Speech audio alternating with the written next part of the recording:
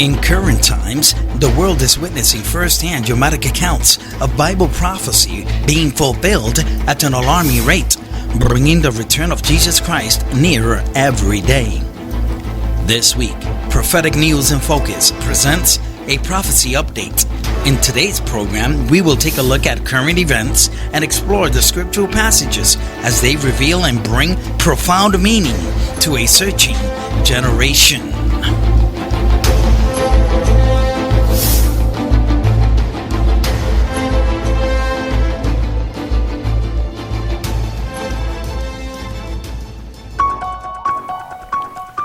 Hello neighbor, my name is Jesus Catala and welcome to Prophetic News in Focus. This is Jesus Catala, founder and president of the Prophetic News in Focus program, and we're continuing today's program with our series in the fact of Halloween. The facts on Halloween. And last week we were addressing the Celtics and their Druid priests and how they began their new year on November 1st, which marked the beginning of winter.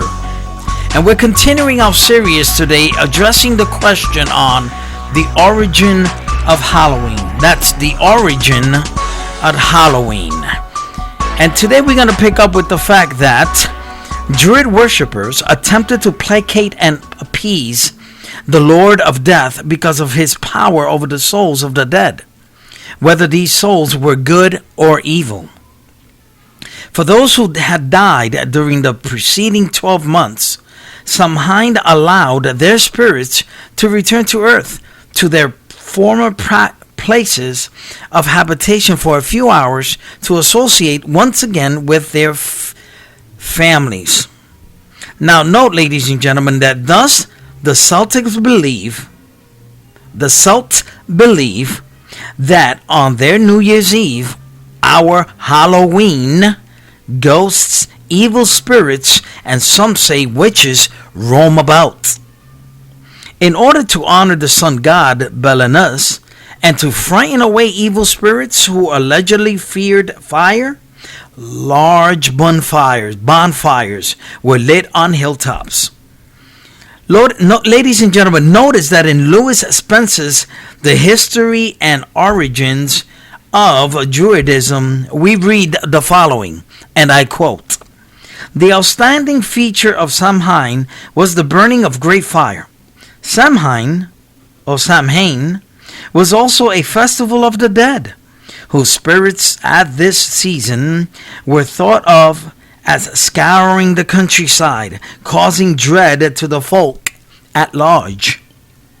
To expel them from the fields and the precincts of villages, lighted brands from the bonfire was carried around the district.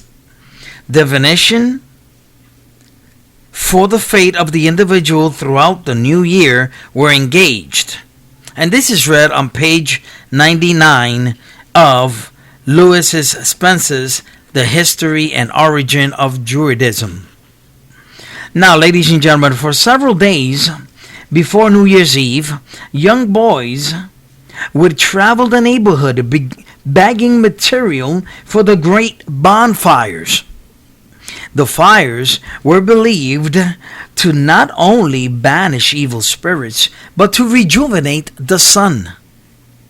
Until fairly recent times, the hilltop Halloween fires of the Scots were called Samnagan, indicating the lingering influence of the ancient Celtics festival. Now, ladies and gentlemen, on this night, Halloween, or the eve before All Saints' Day, which is October 31st, and by the way, Halloween in 2013 falls on a Thursday. So, ladies and gentlemen, October 31st, Thursday, October 31st, 2013, it is considered All Saints' Eve night, and it's considered Halloween. Now, the fires were believed not only to banish evil spirits, but to rejuvenate the sun. Until fairly recent times, The hilltop Halloween fires of the Scots were called Samnagan, indicating the lingering influence of the ancient Celtic festival. Now note that on this night, evil or frustrated ghosts were also supposed to play tricks on humans and to cause supernatural manifestations. As part of the celebration, people donned grotesque masks and danced around the great bonfire, often pretending they were being pursued by evil spirits. And while these bonfires were lit to scare away evil spirits, food was put out to make the ghosts or souls of the good dead that Samhain had released feel welcome and at home. Ladies and gentlemen, because Samhain marked at the beginning of a new year, an interest in divination and fortune telling became an important part of this holiday. Now, of course, the Samhain celebration was not unique. Ladies and gentlemen, one study of festivals and special days points out that Halloween, quote, rivals St. John's Eve for omens, spells, and all sorts of mystical practices, which, in its case, are connected with the waning power of the sun and with the great Druidical festival of Samhain.